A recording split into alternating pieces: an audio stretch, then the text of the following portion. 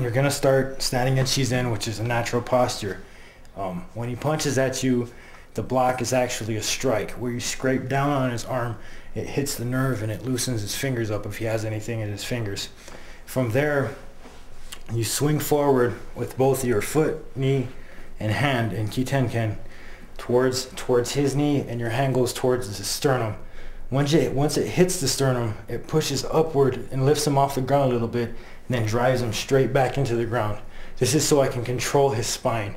Almost all the techniques in taijutsu control the spine and the head.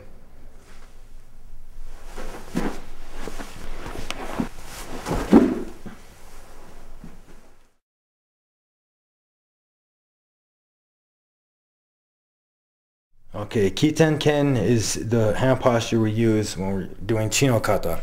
It's held in a way that your fingers are in line with your wrist, so if there's pressure, it's put all the way back to your elbow. If your hand is like this, then it'll break your fingers. If your hand's like this, then it'll fold back. It has to be this kind of spring-loaded fist that goes up into the sternum.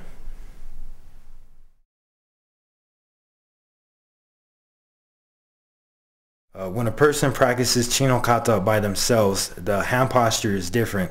It's more classical and it's older, and it's called Sanshin-ken.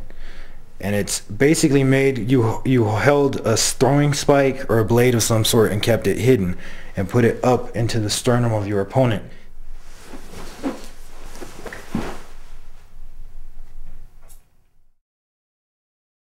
Okay, the first element that we showed you was Chino Kata. The feeling is earth. It's immovable and it has this energy that kind of pulls downward, like your feet are attached by roots. A situation that would be good to use Chino Kata would be if there was a burglar or someone trying to enter into your house, you were in a doorway and your family's behind you, and you are not going to move out of the way for these people. You're immovable. You're stuck into the ground. That's the basic feeling for Chino Kata, and it should always be thought of that way when you do it. If you don't have the feeling, then there's no point even practicing the technique, because it's all about the feeling.